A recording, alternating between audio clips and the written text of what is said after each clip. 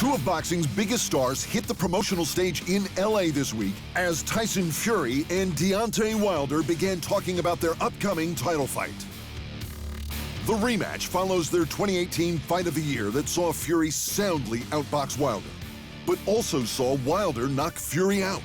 Fury regained consciousness and beat the count, but the judges called it a draw. Given that both men delivered their game plans flawlessly and still couldn't win, anticipation for the rematch is sky high. Wilder was singing from the same songbook he has his whole career. This is unfinished business that I will finish. I will do exactly what I said I would do. I'm gonna knock him out. Like I told him, I'm the lion, I'm the king of the jungle. And come February 27th, I'm gonna rip his head off his body. Remember I said that, I'm gonna knock you out them ropes so you can really feel a WWE moment in real life. But Fury made it clear he has something different in mind, something inspired by the cosmos. Just watch out for the right hands, because you're going to sleep in 2 rounds. Two rounds, he's going down. I had a dream, I keep having the same dream about round two. I'm playing poker all the time, I keep getting dealt number two. It's definitely a thing. He's getting knocked out in 2 rounds, 100%. 2. Fury has moved on from trainer Ben Davison for this fight to work with Sugar Hill's steward. The Gypsy King explained some of the more interesting training tactics he's employing to make good on his seemingly outrageous knockout claims. I'm going to knock him out. I didn't knock him out the first time. I looked to get a decision. I won a decision, didn't get it. I'm going to knock him out this time. It won't be erecting him off the canvas and giving him a draw, that's for sure.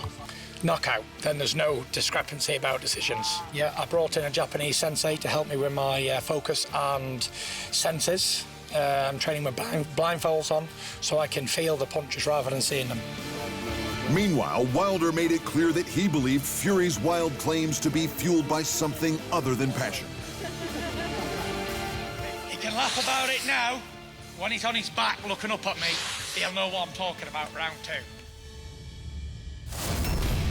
The WBC Heavyweight Championship fight is a perfect storm of talent, celebrity, and stakes. And we can't wait till it all goes down on February 22nd at the Staples Center in Los Angeles. Claressa Shields has made history with her one-sided defeat of Ivana Habazin over the weekend, becoming the fastest boxer to ever claim titles in 3 divisions.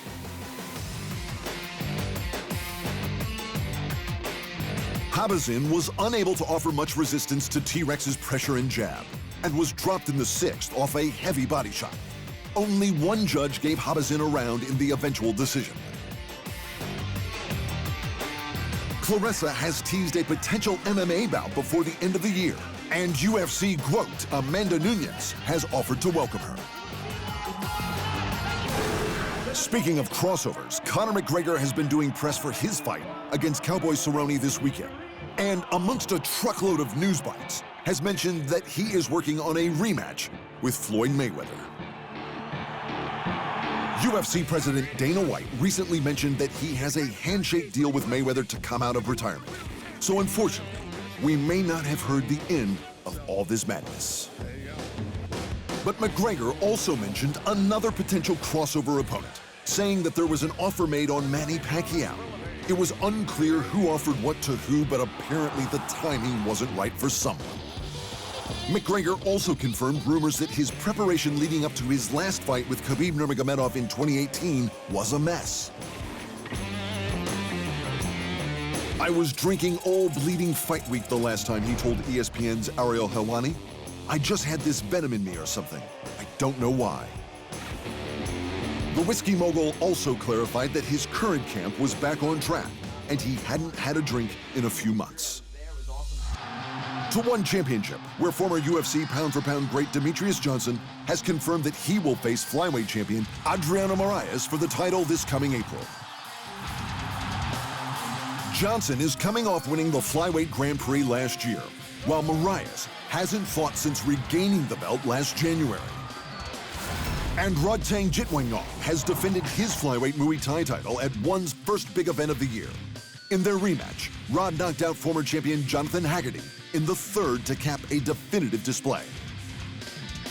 The Iron Man lived up to his fight name, walking through everything Haggerty could throw to land heavy hands and knees.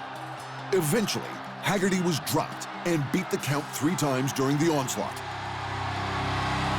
But he wasn't able to bear up under Rod's relentless pressure, and the fight was waved off after a 4th. It was Jitmuangnon's second defense of the title since winning the belt in August last year. In the co-main event, kickboxing livewire Stamp Fairtex continued her successful MMA journey with a brutal hammering of Puja Tomar. Fairtex found Tomar's back in the first round and proceeded to drop a steady stream of gray matter destroyers until the ref decided he'd seen enough. Earlier in the night, English Muay Thai fighter Liam Harrison looked to have literally murdered Mohammed bin Mahmoud with a savage combo in the first. And red-hot American-Vietnamese athlete Tan Le once again made a display of his power and accuracy when he twice dropped Ryogo Takahashi in the first round.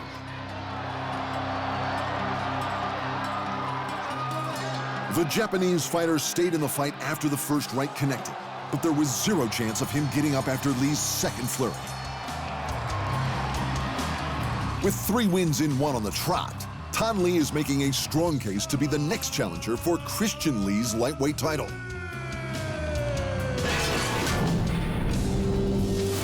In the boxing, Ellen Cederos went 8-0 and unified at super middleweight with a unanimous decision over Alicia Napoleon Espinoza, while Franchon Cruz de Zern lost a split decision and her 2 titles to Alejandra Jimenez. Thanks for watching, and remember, if you want more fight sports in your life, just hit the subscribe button.